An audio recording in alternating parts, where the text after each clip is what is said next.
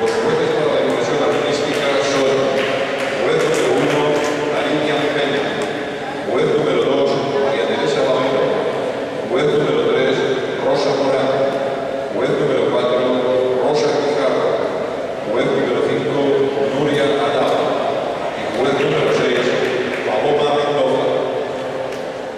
Preparado el equipo. ¡Vamos, niñas!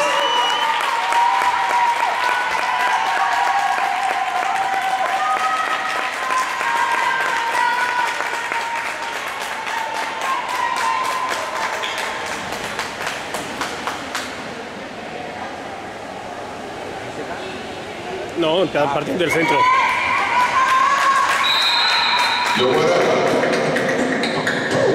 This is beatbox rock. This is beatbox rock.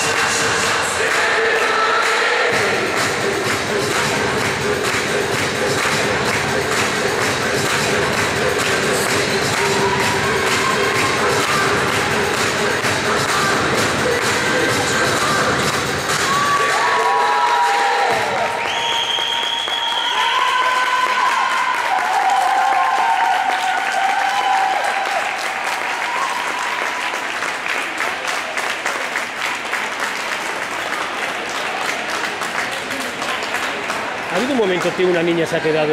Sí, ¿verdad? No sé quién ha sido, pero No lo sé. he visto una niña ahí en el... Pero bastante rato fuera de línea, ¿no? Yo creo que no, ya creo que es una figura solo, que se ha ido de... ¿Ah, sí? de Ah, yo la he visto que como mete 10 las piernas segundos. para arriba no tiene... Leonor, ha habido un momento que una niña se ha quedado fuera, ¿no? Eso, yo que estaba aquí viendo y digo, a mí me parece algo raro, pero... Sí, ¿verdad?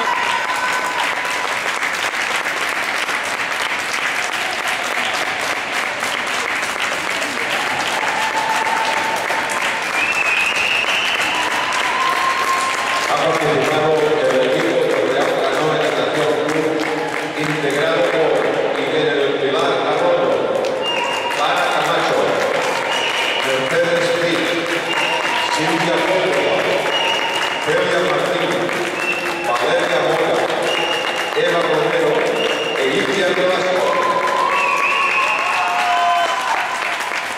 La puntuación